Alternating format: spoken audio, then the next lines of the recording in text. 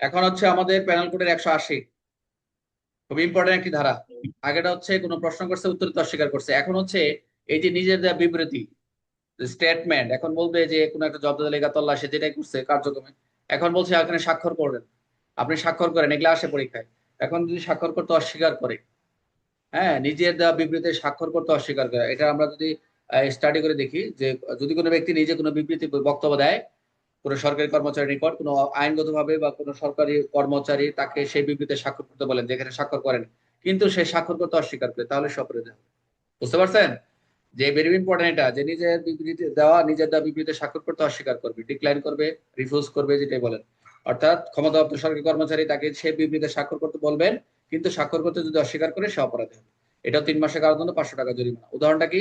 একজন পুলিশ কর্মকর্তা তদন্তের সময় কোন ব্যক্তির কাছে একটি বিবৃতি নিলেন, পরে পুলিশ তাকে সে বিবৃতিতে স্বাক্ষর করতে বলে, কিন্তু সে ইচ্ছাকৃত স্বাক্ষর করতে অস্বীকার করলে, এটা হচ্ছে প্যানেল কোডের 180 দ্বারা।